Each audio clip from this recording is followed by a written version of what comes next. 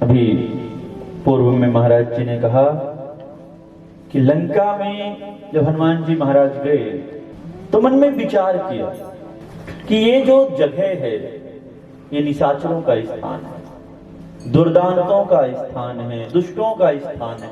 इस स्थान पर कोई सज्जन व्यक्ति कैसे हो सकता है? कि लंका निशिचर निकर निवासा, लंका निशिचर निकर निवासा, यहाँ कहाँ सज्जन कर वासा, यहाँ कहाँ सज्जन कर वासा, लंका निशिचर निकर निवासा, लंका निशिचर निकर निवासा। हनुमान जी महाराज ने विचार किया कि यहाँ कोई अच्छे लोग तो हो नहीं सकते, ये रावण जैसे व्यक्ति का स्थान है। यहाँ दुष्ट, आतताई, पापी, दुरात्मा, व्यभिचारी, यह इसका स्थान है, यह इन लोगों का स्थान है। यहाँ राम नाम कैसे सुनाई दे, यहाँ कोई सज्जन कैसे हो सकता है? क्योंकि पहले यह पहचान थी कि जिसके मुख में भगवान का नाम होगा वो सज्जन होगा। भगवान का नाम सज्जन लोग ही जपते थे। यहाँ कहाँ सज्जन करवासा, यहाँ कोई सज्जन व्यक्ति कैसे? मन मोह तरक करें कपि लागा। एक बार के लिए हनुमान जी महाराज भी विस्मय में पड़ गए, जैसे कोयले से भरे खदान में हीरा मिल जाए। उस पूरी काली कोठरी पे एक चमक उठे कोई चीज, तो भाव तो बनता है कि सच भी है कि नहीं, कहीं कोई छल तो नहीं। मन में बड़े भाव उठ रहे हैं। मन मोह तरक करें कपि लागा, ते ही समय विभीषण जागा। उसी समय विभीषण जी जगे और विभीषण जी ने जग करके राम नाम का सुमिरन किया। और जैसे ही उनके मुख से भगवान हनुमान जी महाराज ने राम नाम सुना, राम नाम ते ही सुमिरन किया। जैसे ही राम नाम का स्मरण किया, हनुमान जी महाराज परम प्रसन्न हो गए। समझ गए कि जिस स्थान पर मैं जो विचार कर रहा हूँ ये कोई बहुत सज्जन व्यक्ति, कोई मेरे परमात्मा का भक्त है, कोई राम का भक्त है। क्योंकि बनावटी व्यक्ति सवेरे 4 बजे उठ करके, ब्रह्म मुहूर्त में उठ करके भगवान के नाम का सुमिरन नहीं करेगा। विभीषण जी जगे, बाहर निकले तो देखा कि हमारे द्वार पर एक ब्राह्मण खड़े। हनुमान जी महाराज ने ब्राह्मण का रूप धारण किया। परीक्षा लेनी चाहिए कि ये क्या सत्य भी है जो मैं विचार कर रहा हूँ, जो मैं देख पा रहा हूँ, या यह केवल बनावटी है। परीक्षा कौन लेगा? परीक्षा वह लेगा जो विद्वान होगा, जो ज्ञानवान होगा, जो श्रेष्ठ होगा। परीक्षा वही ले सकता है। और ब्राह्मण का अर्थ ही वही है जो ज्ञानवान है, जिसने परमात्मा को पाने का निरंतर प्रयास किया है, जो ब्रह्म को जान चुका है। ब्रह्म जाना विप्र रूप धरि कपि देहि गयो। ब्राह्मण का रूप धारण करके हनुमान जी महाराज पधारे और हनुमान जी महाराज जाकर के परीक्षा ली। पहले तो विभीषण नहीं समझ पाए कि कौन है, और रावण के इस लंका में इतनी रात्रि में कोई भगवान का भक्त कैसे आ सकता? बिल्कुल विपरीत परिस्थिति है। जब हनुमान जी महाराज समझ गए कि विभीषण कोई बनावटी भक्त नहीं है, क्योंकि संसार में भगवान के बनावटी भक्त ओरिजिनल से ज्यादा है, दिखावा करने वाले लोग ज्यादा हैं। तो कई बार हनुमान जी को भी परीक्षा लेनी पड़ती है कि तुम सच में भक्ति कर रहे हो या दिखावे के लिए भक्ति कर रहे हो। सोशल मीडिया वाली भक्ति चल रही है, कहीं रील वाली भक्ति तो नहीं। विभीषण की भी परीक्षा ली। जब विभीषण उत्तीर्ण हुआ परीक्षा में, समझ गए नहीं नहीं नहीं ये तो वास्तविक भक्त है, तब उस पर कृपा की। अर्थ यह है कि अगर आपके जीवन में राम का नाम आ गया है तो आप समझ लीजिए कि हनुमान जी पक्का आएंगे। और अगर हनुमान जी महाराज पधार चुके हैं तो फिर एक चीज बिल्कुल कंफर्म है कि वहां पर भगवान श्री राम अवश्य पधारेंगे। तो इसलिए अपने जीवन में राम नामैव केवलम, राम जी को स्थान दीजिए, राम नाम को स्थान दीजिए, नाम को स्थान दीजिए, नाम की महिमा को जानकर नाम का जप कीजिए, नाम का निरंतर सुमिरन कीजिए। क्योंकि जिस दिन राम नाम में प्रीति हो जाएगी उस दिन गारंटी हो गई है कि अब भगवान तुम्हें अवश्य प्राप्त होंगे।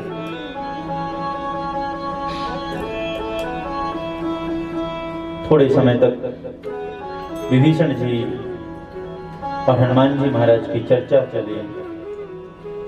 विभीषण जी ने कहा, बिनु हरि कृपा मिले नहीं संत। बिना भगवान की कृपा के संतों के दर्शन नहीं हो सकते, और जब तक संतों के दर्शन नहीं होंगे, जब तक संत कृपा नहीं होगी, जब तक भगवंत की कृपा नहीं हो सकती। इसलिए हमें अपने जीवन में पहले संतों की कृपा चाहिए। संत की कृपा भी तभी होगी जब राम नाम की कृपा हो। और विभीषण जी ने सुंदर हनुमान जी महाराज से प्रार्थना की कि बड़ी कृपा की प्रभु, तामस तन कछु साधन नाही, प्रीति न पद सरोज मन माही। हमसे कोई भक्ति नहीं हो पाती। क्यों? क्योंकि ये शरीर तामसिक है। हमसे कथा नहीं सुनी जाती। हम 100 चीजें कर लेंगे पर हम कथा नहीं सुन पाते हैं। भगवान का चरित्र सुनना बड़ा मुश्किल काम है, और सुन भी लो तो उसमें प्रेम करना, उसे मनन करना उससे ज्यादा। विभीषण ने कहा, प्रभु यह शरीर तामसिक है, इससे भजन नहीं होता, और जब भजन नहीं होगा तो भगवान के चरणों में प्रेम नहीं होगा। पर अब मुझे भरोसा हनुमंता, पर अब मुझे भरोसा हो गया है कि मुझ पर भगवान की कृपा हो गई है। क्यों? क्योंकि मेरे द्वार पर आज स्वयं संत पधारे, मेरे द्वार पर आज स्वयं हनुमान जी पधारे हैं।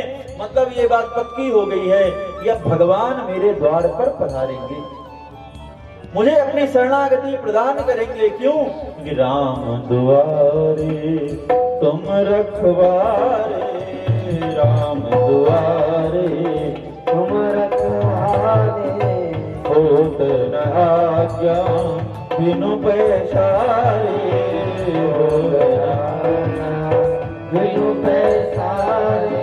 राम दुआरे तुम रखवारे, राम दुआरे तुम रखवारे, होत न आज्ञा बिनु पैसारे, होत न आज्ञा बिनु पैसारे। क्यों आपके बिना राम की कृपा नहीं होगी? क्योंकि राम के द्वार पर तो आप बैठे हैं, और बिना आपकी कृपा के राम की कृपा संभव ही नहीं। इसलिए अगर उस परमात्मा को पाना है तो पहले हनुमान जी की शरण में जाइए। हनुमान स्वयं परमात्मा, तो लीला वशीभूत भगवान ऐसी लीला करते हैं। विभीषण जी को सुंदर समझाया, पर विभीषण जी से प्रश्न पूछा भगवान ने कि विभीषण, तुम तो कहते हो तुम्हें बड़ा कष्ट है, जीव दसनौ महु जीव बिचारे। जैसे 32 दांतों के बीच में जीव रहती है वैसे रहना पड़ता है, ऐसा कष्ट है। फिर भी तुम्हारे द्वार पर सुंदर तुलसी का पौधा लिखा है, द्वार पर राम नाम लिखा हुआ है, तुम निरंतर यहाँ भजन करते हो। तुम्हारी कुटिया के जो स्थिति है वह बहुत बड़े भजनानंदी संत के कुटिया का जो भाव होता है वह है, तो ये कैसे संभव है, किसके बल से है? तो विभीषण जी ने बड़े सुंदर भाव से कहा, भक्त जन कि ये चमक ये दमक फुल वन महक, ये चमक ये दमक फुल वन महक, ये चमक ये दमक फुल वन महक, ये चमक ये दमक फुल वन महक। सब कुछ सरकार तुम्हीं से है, सब कुछ सरकार तुम्हीं से, सब कुछ सरकार तुम्हीं से है, सब कुछ सरकार तुम्हीं से। इठला के पवन तुम सैया के चरण, इठला के पवन तुम सैया के चरण, इठला के पवन तुम सैया के चरण, इठला के पवन तुम सैया के चरण।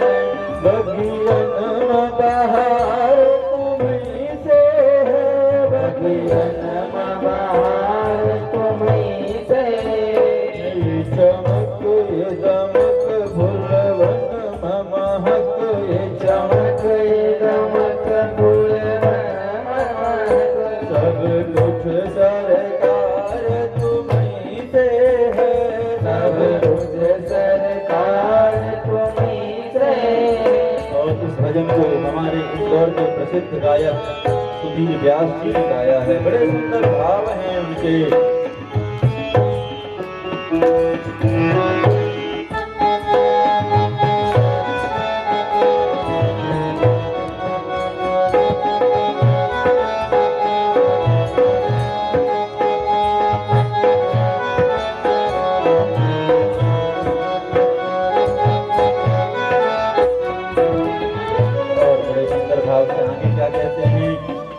मेरे सुख दुख की रखते हो खबर। मेरे सुख दुख की रखते हो खबर।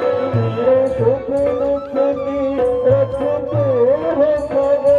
मेरे सुख दुख की रखते हो खबर। मेरे सर पर साया तुम्हारा है। मेरे सर पर साया तुम्हारा है। मेरे सर पर साया तुम्हारा है। मेरे सर पर साया तुम्हारा है। मेरी नैया के केवनहार तुम्हीं। मेरी नैया के केवनहार तुम्हीं। मेरी नैया के केवनहार तुम्हीं। मेरी नैया के केवनहार तुम्हीं।